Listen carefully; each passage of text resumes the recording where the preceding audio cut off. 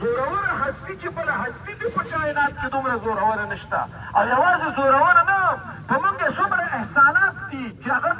د انسان د واس خبره نه ده چې په شمار کې راولي موږ دې دنیا دپاره خدای ته راووتو چې راځئ یو پنجه پنجه ګورو داسې ده چې که نه ده د نیټې په نوم کاروبار کوي د انډرپلۍ په نوم د سود روزګار کوي قسم په خدای دې پسې شاته بله فلسفه د دې نه علاوه شته نه بیا خدای ته وایي را میدان ته شي یو پنجه پنجې ګورو دا موضوع مې ځکه چې راونیوله چې هسې په کار دا نه ده چې زه داسې ووایم نه موږ څه بدماشان یو نه څه ډېر تکړه خلک یو خو د همدردۍ په طور په دې مجمع کې هم داسې خلک ولاړ دی چې هغه د سود کاروبار د انډرپلۍ او نیټې په نوم باندې کوي قسم دی ما به پوینټ اوټ کړی خو دا زموږ د علماو طریقه نه ده ځکه چې په اسلام کې یو سړي د اسلام په مرحله کې د دعوت په مرحله کې یو سړي ته ګوته داسې ونیسي هغه بیا په ضد باندې راځي په مقابله باندې راځي قسم دی موږ ستاسو خیرخواهي مه کوئ دا دومره خطرناکه ګناه ده رسول الله مبارک وفرمایل چې د ګناه د سود 14 بابه دي ادنا باب یې دا دی لکه سړی چې خپلې مور سره زنا وکړي مه کوئ دا کار داسې ولاړ یې موږ ستاسو خیرخواه یو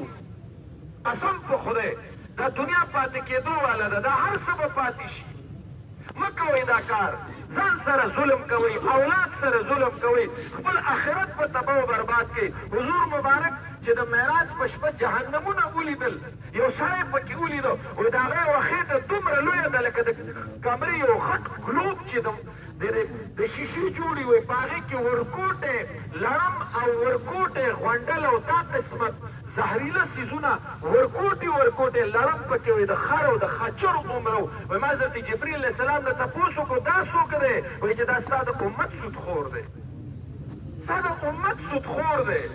قسم دی نن شپه ده تاسو وګورئ بابو صاحب رخصت شو تاسو کې یو قسم د دې خبرې منکر نه یې چې موږ به هم داسې رخصتېږو سبا د الله سره پیشي راځي تاسو سوچ وکئ څومره خطرناکه ګناه چې سړی دنیا کې د الله او د الله د رسول سره په جنګي د خپل مور سره په زنا کې اختی د دې نه به لویه بدبختي د کائنات بله کومه راځي دې وجې نه حضور وفرمیل اصل جمیع الخطایا حب الدنیا د تمامو خطاګانو اصل او بنیاد د دنیا محبت دی موږ دې لیوني کړي یو دا دنیا به موږ نه پاتې کېږي دا شپه دا سوچ وکئ سهار زه دا روزګار کې اخته یم او سهار کور والا راله ځي مونځ ته پاسولی چې وایي که ته په کټ کې مړ پروت یم خدای نه په دې حال کې لاړ شم زما به څه حاصلي حضور ونه فرمایل چې ما ولیده چې ورکوټی لړم پکې د خر او د خچر عمره د ده په خېټه کې دا به څه عالم وي څه حال به دې وجې نه دا دومره خطرناک عمل دی خدای ته وګورئ دې نه واوړئ د خپل ځان سره احسان کول دي د خپل ذات او د خپل نفس خیرخواهي ده زموږ حضرت شیخ الحدیث مولانا محمد زکریا رحمت الله علیه ډېر لوی سړی تېر شوی هغه فرمایل وایي چې په اسلام کې دا دومره خطرناکه ګناه ده حدود ورباندې نشته لکه یو سړی قتل وکړو قصاص پکې اخیستی کېږي زنا یې وکړله رجم کېږي به یا په کوړو باندې وهلی کېږي وایي د دې دا سزا چې په شریعت کې مقرر نه ده وایي وجه دا دی د ټولو نه لویه سزا یې دا ده دا سړی د خدای او د خدای د رسول سره براې راست په جنګ کې دی وایي ځکه یې له سزا نه ده مقرر کړې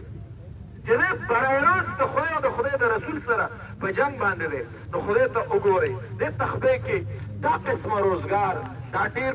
په عروج باندې دی الله ته وګورئ موږ ستاسو خیرخواهي واورئ دې نه نه په سوشل میډیا د کمپین ضرورت شته نه د چا نوم اخیستل هر یو سړی د خپل ګریوان کې وګوري چې زه به الله ته سبا ځم دا خلک چې لګیا دي دا زما د خیرخواهۍ دپاره لګیا دي د چا کردار کشي مقصود نه ده د چا سپکاوی مقصود نه دی صرف او صرف د ځان سره سوچ وکړئ خاندانونه تباه شو سپین سپید پوشه خلک تباه شو د خلکو عزتونه لوټ شول د خلکو کاروبارونه لوټ شو لعنت دی په دغه سوچ باندې چې د خپل دنیا د یو څو ټکو دپاره د بل عزت نیلام کوي د بل سپین صادر توړئ د بل کاروبار تباه کوي د بل شخصیت تباه کوي موږ ستاسو خیرخواه یو ډېر لوی عذاب دردناک په دې باندې ذکر دی خدای ته وګورئ د دې نه واوړئ دا دومره زجر تاسو واورېده دا